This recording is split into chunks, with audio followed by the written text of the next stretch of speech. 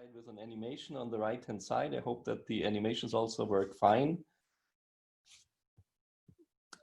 Yeah, hearing nothing means hopefully that the connection is working fine. I would like to thank the organizers for giving me this opportunity to present some of our work here and speak to this quite large group of experts in high-performance computing. And hopefully also have some good discussions. We are all getting experience in distance teaching. I've had a full semester of teaching with Zoom already. So I hope that this also works out for a workshop presentation, which is a new thing otherwise for me. So as you can see here, I will primarily talk about something that is called waLBerla and show how far we are already and how far we are away from extreme scale multiphysics simulations. I should also say Timo has already introduced my affiliation. So my permanent position is in Germany, Nuremberg. Actually, I'm sitting in my office right now. One of the few times I've done that in the last 3 months. And I have a second affiliation at Surfax in Toulouse in France, where I'm typically spending something like 1/5 of my time. And right now, of course, unfortunately, also in distance communication techniques. So what am I planning to talk about? It's somewhat unusual because typically I would give talks on either the algorithms behind or the applications around. But today I would like to show the applications, but then the focus of the talk is, as the topic of the workshop indicates, on the software side. So how do we get to have the software doing what it does with the performance that we have achieved, and where is still room for improvement. So I will talk about this thing, computational science and engineering, first from the application side, showing some examples, and then the software side. And so the softwares that I will address will be centered around waLBerla. waLBerla stands for Widely Applicable Lattice-Boltzmann from Erlangen, but I thought it is also good to indicate where the name comes from on the next slide. Another software that I want to talk about is on particle dynamics, MESA PD, and then something that is finite element oriented, and then specifically used for geophysics problem. I will actually start with that because it is in some sense the most conventional application. There's another project, Exastensis, I've graded out because of time I will have to cut that short. And it will also show how these softwares can interact in multiphysics. So coupling, load balancing will be an issue. And then I will try to explain what we do in terms of automatic code generation, because I think this is an emerging technology still. Good progress has been made in the past probably 10 years or so. But there is still much to do to make this effective, and particular to bring it into the breadth of the field in simulation. And I think this is one of the keys that can help to address one of the topics that were mentioned in the beginning, like performance portability. And the challenge in that is because different things have to go together. So you have to bring in the computer science knowledge about symbolic manipulations, compiler technology, but that alone is not enough. You have to interface that with, to get the real profit with the application knowledge and the math knowledge behind. Okay, so from the beginning, I think this is the typical diagram that shows what we're up to.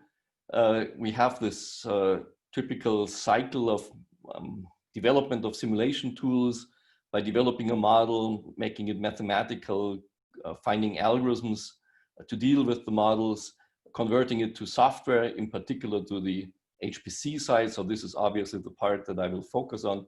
But of course, you've heard data assimilation will be a topic of one of the future workshops here. So that comes in if you have a data-driven simulation, and then in the post-processing, the analysis, and then combining with experiments or validating with experiments, and then you go around in that cycle. And there's a nice report that has appeared in SIAM Review that summarizes some of that. So here now we are looking at the software side of things, and to give a bit more of background, I would like to look around and make a few statements about the evolution of the computer technology around us. We have all experienced that Moore's law is slowing down, and that what we have been used to, that we should have a 1,000 times improvement in performance per decade by transistor scaling. Frequency scaling has already stopped, but also transistor scaling seems to slow down. And so we must change strategy. So the architectural improvements, like using GPUs and many core architectures, and I've put improvements in quotes because if you're, say, working with an unstructured adaptive finite element code, a GPU may not really sound like an improvement to you.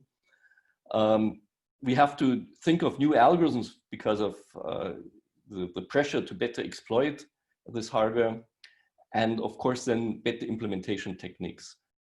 And my experience over the last time and then the decades actually is that I think a lot of the development, for example, in math, has not exploited the whole potential that's already there, and less so the potential of the future architectures, of course, partly because people shied away of doing the more difficult things since the computers got faster. You got an improvement for free, and so you did not do some of the optimizations that probably should have done, and in a more competitive field would have been done.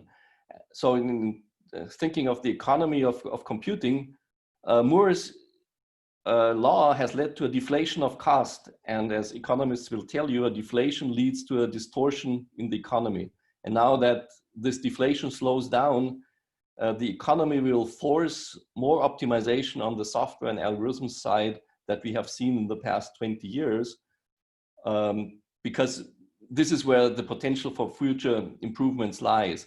That will also mean that if, for example, our funding agencies realize that more money should be going on the software side and then on the hardware side, because there more progress can be expected. And if computers don't get faster every second year again, you would also slow down the investment cycle in computers and rather put the money, say, on the software side.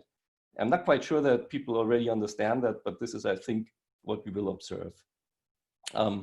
So I promised you that this widely applicable Lattice-Boltzmann from Erlangen, Mesa PD, Terraneo, and Exastencils, I will say a few more words, what they are about.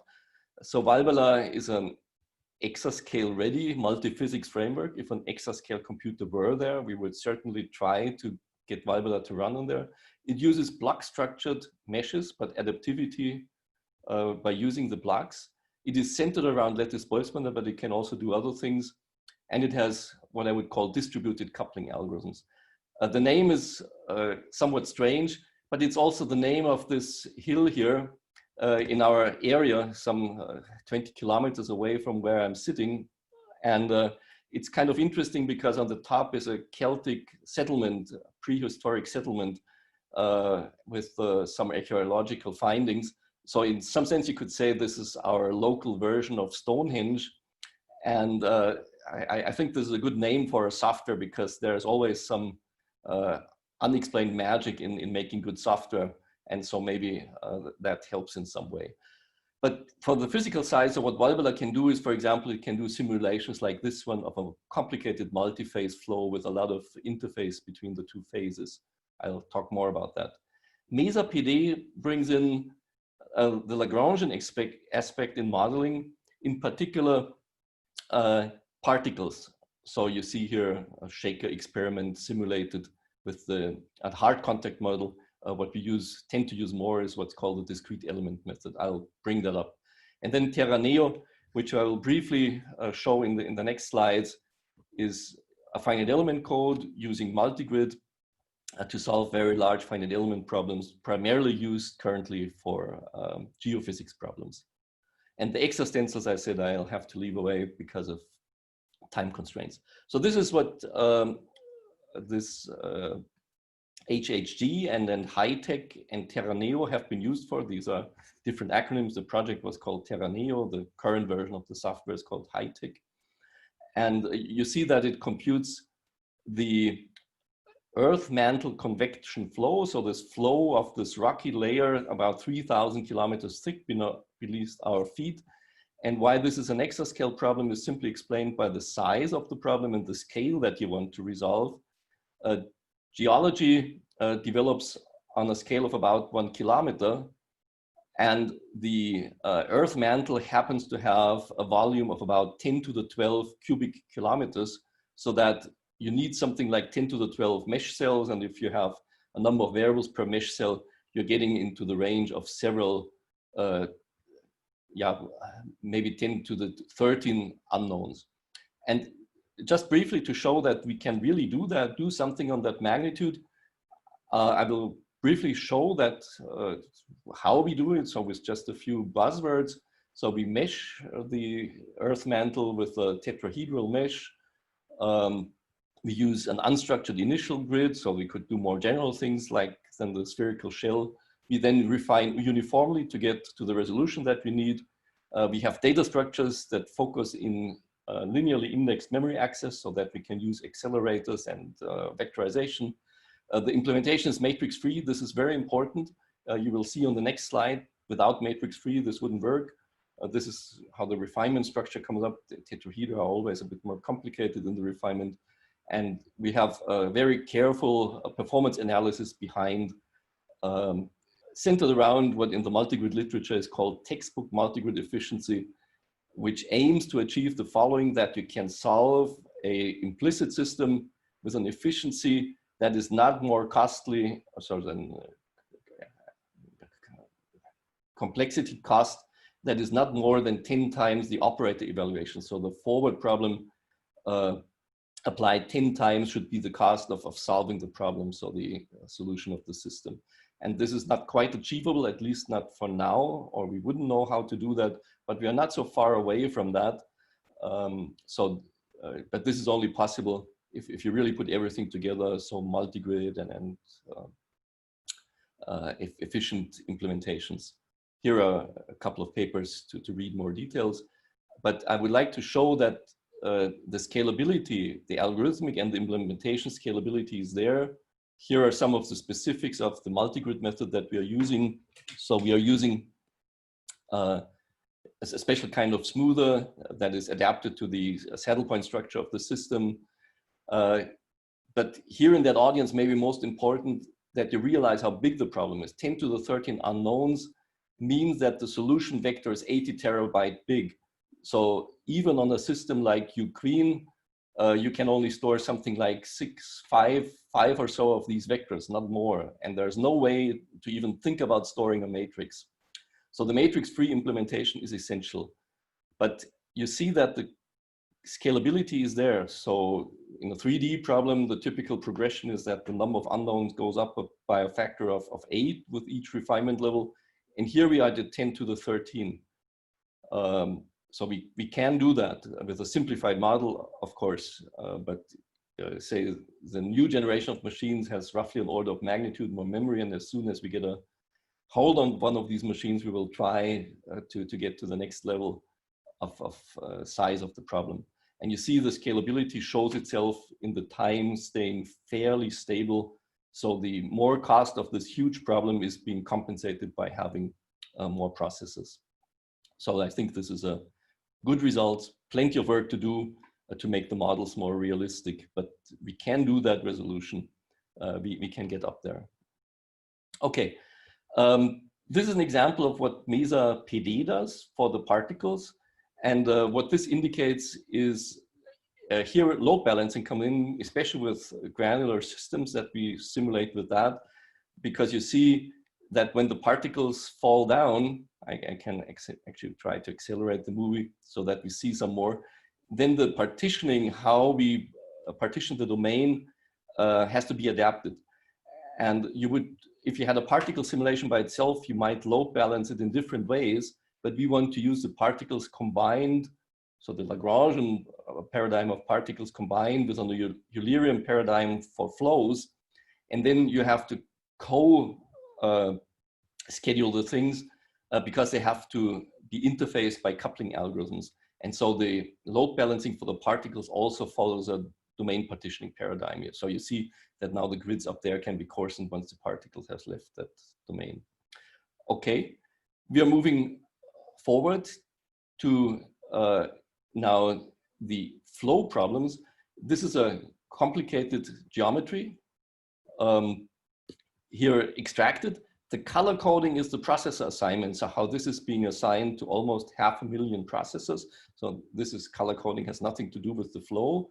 The flow is indicated here, including a perfusion of the blood into the blood muscle with a simplified model. And you see that we have, again, scaling up to 500,000 processes. It's also on Ukraine, so a slightly outdated machine. And we see that we can get up to 10 to the 12 fluid cells also for this kind of flow problem in this complicated geometry. Also, you see that we can do strong scaling. So in many of these cases, it's not important that you get the highest possible resolution, but that you can solve many time steps in a short compute time. And you see here that we can get up to 6,000 time steps per second on a system with 32,000 cores. This is an Intel-based system, also slightly older. They are documented here in a supercomputing paper of 2013. I promised that the particles have to go together with the flow. Here you don't even see the flow. So the flow is in that box that is transversal, and it drives this particle agglomeration, which models a sediment bed, say in a riverbed. And again, I don't want to really focus on the physics behind that and not too much on the coupling algorithms, but again, show that this is a quite large problem, not 10 to the 12 cells, but a quarter of a billion cells. This is the specifics of the lattice-Boltzmann method that we are using. There are something like 15,000 particles embedded there, but they're geometrically resolved, meaning each particle has a diameter of 10 fluid cells across. And a lot of special effects like lubrication forces that are necessary to model the contact with the particles. And characteristic for the lattice-Boltzmann, you need many time steps, so 7 million time steps, and the particle propagation algorithm, so it's integrating this ODE system with the waLBerla-like method, is even 10 times more time steps. And this runs roughly for 2 days on a fraction of also one of the Munich machines, the new one now. So we can do these large problems. One more of these examples now with volume of fluid combined with phase field. I have to check the time. I probably have another 10 minutes or so.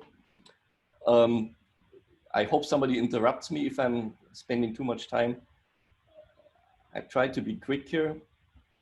So these are two multi-phase problems, two different paradigms, the one with the volume of fluid method and the other one with the phase field method. I will take reference to the phase field method in a minute when I talk about the software infrastructure. So the waLBerla software infrastructure works like that. I'm taking my computational domain. If it's a complicated domain, I'm sort of embedding it in a bigger box. I'm partitioning that into blocks. I discard whatever is not relevant for the simulation, so the empty blocks. I do the load balancing on that level, and then I'm allocating the block data inside. So the computation is typically done on a mesh that is something like 32 cubed times finer than the block structure. Why we do that is because we need that hierarchy. Everything like load balancing, organization of the data structure only makes sense on that coarser level of the blocks. We do not want to do a data partitioning on the level of 10 to the 12 cells. That is just not working. There's no software that can do that. So you have to do that on a coarser level. And you also need these uniform structures to exploit modern hardware like GPUs or vectors.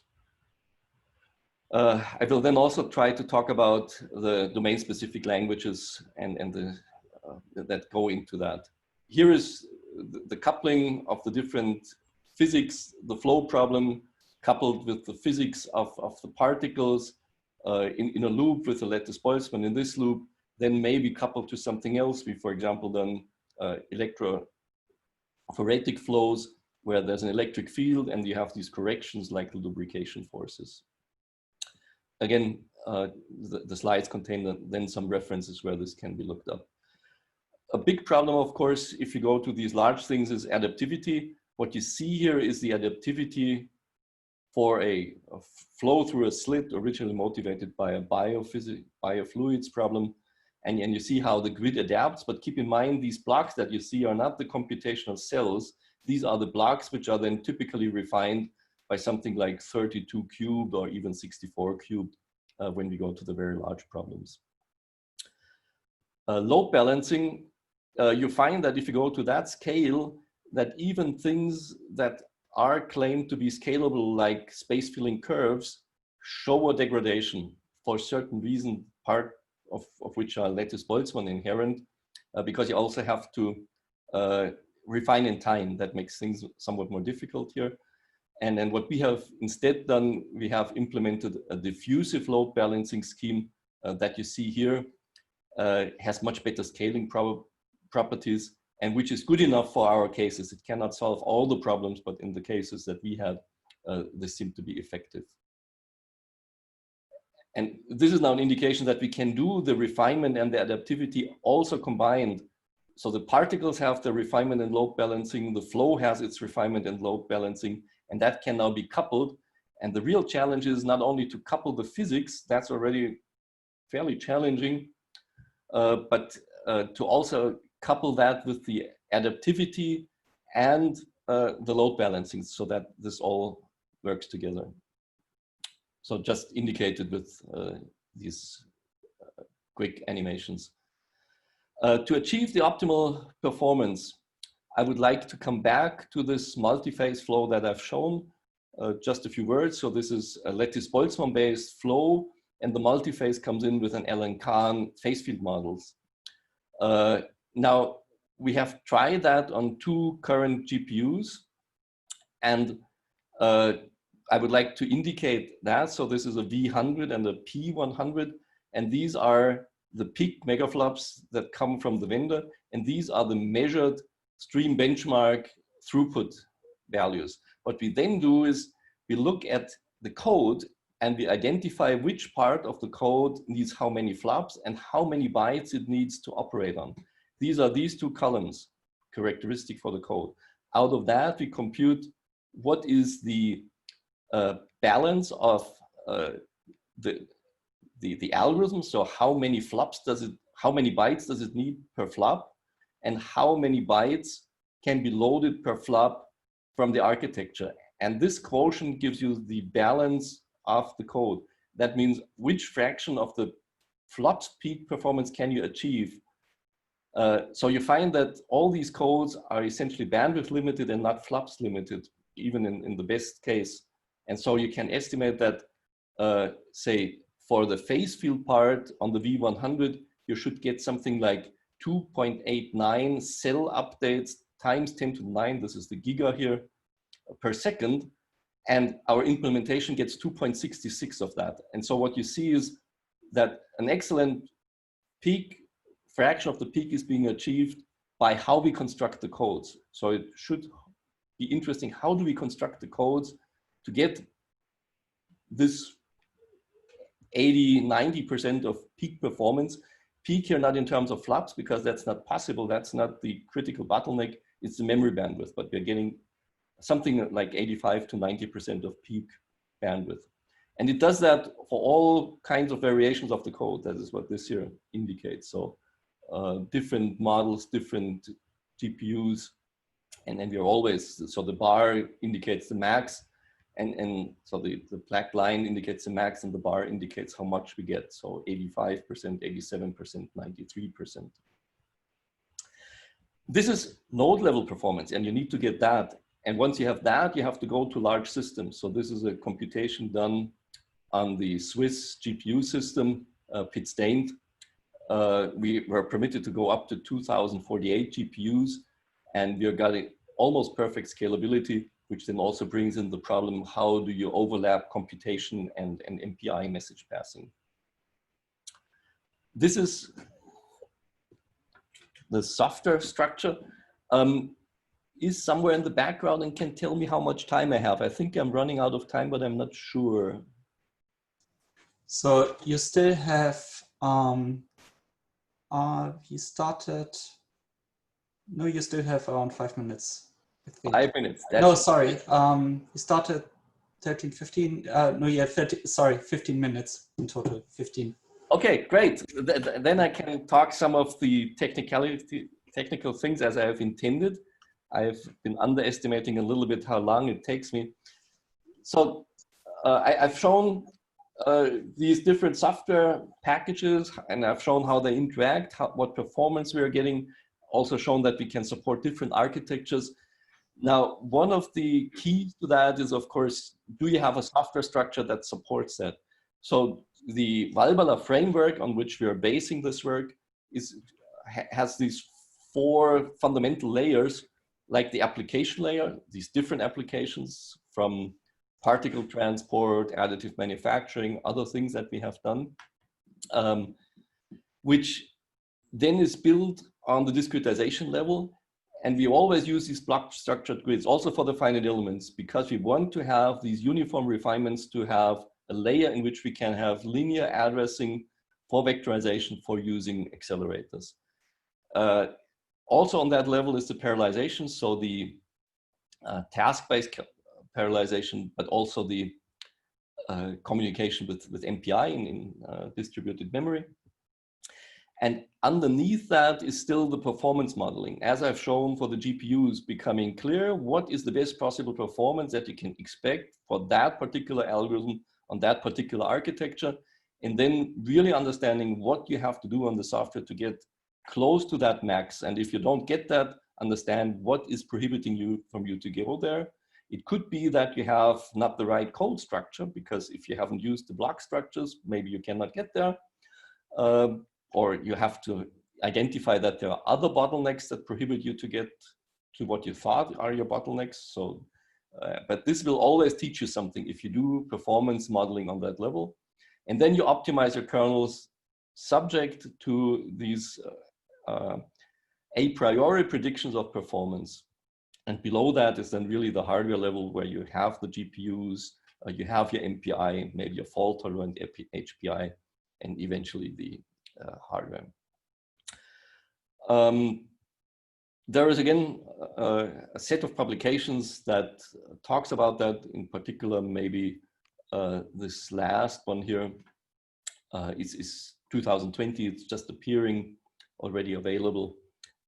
Is maybe something that could shed some more light on more than what I can say here in that talk. Also on the software side, we are, of course, we could say, using software engineering technology like continuous integration, different from software engineering in the more classical sense, as computer science have been doing it for decades.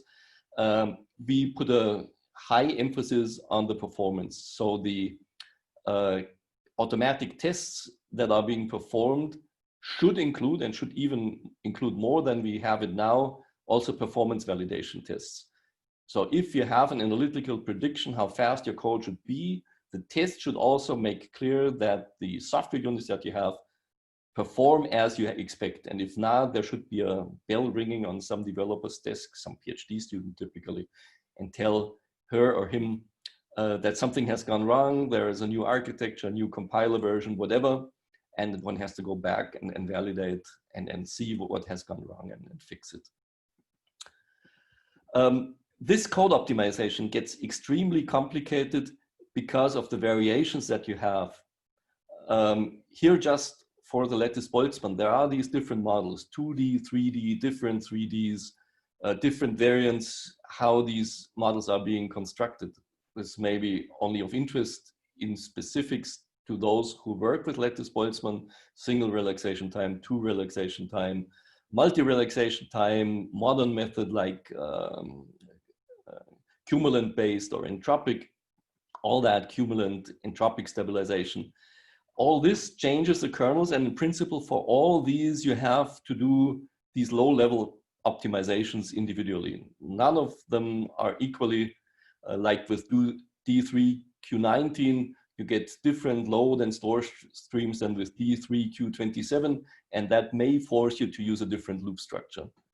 For example, breaking up loops to not over subscribe to the store or load streams. So here really mathematical concepts, modeling concepts interface very deeply also with architectural concepts. And it takes a long time to understand how this works together. And it takes a high level of skill to really optimize these kernels. And even experts can easily spend 3 or 5 months to do not much more than starting with original code for, say, D3Q27 MRT, and take these 2 pages of code and blow it up to something like 20 pages until it is completely optimized, say, with vector intrinsics. Nobody really likes to do that except a few specialists. And so one has to think about that. And it doesn't become any easier because I said now vectorization, but you might also want to have a GPU version of that with CUDA. And then the other day somebody comes and says, but now we want to use OpenCL for that. Or the different versions of vectorization, different vector lengths, different constraints. Here I mentioned this loop slipping to improve, say, prefetching or load store streams. Or you may want to change the data structures because in some cases, an indirect addressed data structure might be better. Then all the optimization story starts from scratch again. And different memory layouts. So the whole design space, even for this constrained world of lattice-Boltzmann methods, is extremely rich, and it's completely impossible to combine, to really implement all the application or the combinations perfectly. So the typical combinatorial explosion. So what we are doing is we are applying code generation to that. In that restricted world, we try to generate the codes automatically. So here are these different variants, again, listed, different stencil modes, different collision models, different streaming patterns, different force models. So this lives on the modeling side. Here you have additionally the phase field, as I've shown in the example. You have the hydrodynamics and how the one depends on the other, indicated by this arrow. The right-hand side, how we go about that. So on the top level, we have this generator piece of software, LBMPy. So based on Python, and in particular, the SymPy library for symbolic manipulations, we take the models described in an abstract form and convert them, or first enrich them with boundary condition, or we use these to generate the code for the compute kernels after optimizing symbolically, and additionally using typical compiler techniques like setting up attributed syntax trees and manipulating the loop structure if also the loops are being generated. It can also generate only the kernels, which are then put inside an externally programmed loop. It gets, of course, more complicated because you also want to do that for the boundary conditions, and you also want to do that for the communications. So this is not all fully implemented yet, especially, say, not in combination with the adaptive refinement. So there is still work to do, but that's the concept in principle. From that intermediate representation of the codes, we then go to the back ends, and we are currently supporting standard C compilers, but also LLVM, and also the CUDA and OpenCL for the GPUs. Not all of that is perfectly implemented, but it is doable, and a good portion is already there and available.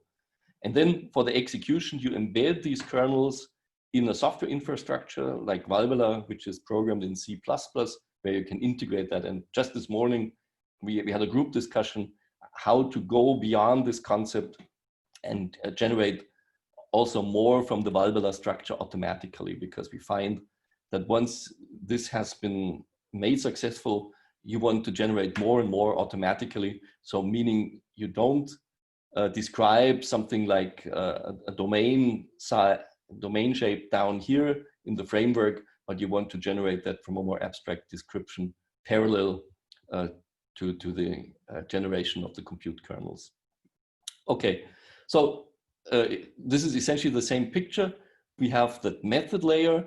This just indicates the formula. So lattice-Boltzmann methods are defined in terms of moments and equilibrium states. Yes? Apologies, 3 minutes, including questions left. Okay, I'll jump ahead. I should be done. So maybe, yeah, this shows how much can be saved. This is a more complicated picture. So with adding more into that generations pipeline, also using more compiler technology here on the intermediate representation level to go beyond that. But here it says future. So this is part of ongoing work in running projects that will only materialize in the next several years. Okay, and then I'm really done. Timo, thanks for interrupting me. I'm having difficulty with the time management because I don't have a good watch here. So I'm thanking for your attention, and if there are a few questions, there's maybe a few minutes left. Thanks a lot, Ulrich, for this very fascinating talk. We have here one question by Sharan Kavani. So he's asking that I'm curious to hear how extensively you use automatic tools to optimize the code and how much manual tuning was done to achieve better performance. So thanks for the question. So we started off doing everything manually until this Exostencils project roughly 8 years ago. So it was really manual work, and as I said, optimizing one of these kernels can easily take 3 months, and if you're starting to learn that, it can take a year or so. And then so a lot of manual work went into that, and then we realized that though the optimization in every case is different, the steps how you derive the optimization is always the same. And that is what we have optimized by using symbolic tools. So one core thing that we are using within the Python environment is SymPy. We are looking also for other tools that could be used, but it has to be open so that we can integrate it in our environment. And yeah, does that answer the question? Yep, thanks a lot. I've got 2 more questions here, maybe very quickly, while Lorena is getting ready. So first one by Hatem Latif. Can you please further elaborate on your slide containing the cartoon about performance-driven continuous integration? Maybe for saving time, I don't try to find the slide. So we are trying to integrate performance tools. In particular, Hatem, you should know Kernkraft, for example, coming from our neighboring group here in Erlangen. We try to integrate those into the workflow. So if they predict a certain performance, we set up specific benchmarks that in the continuous integration, we are trying to get that performance that is being predicted. Okay, thank you.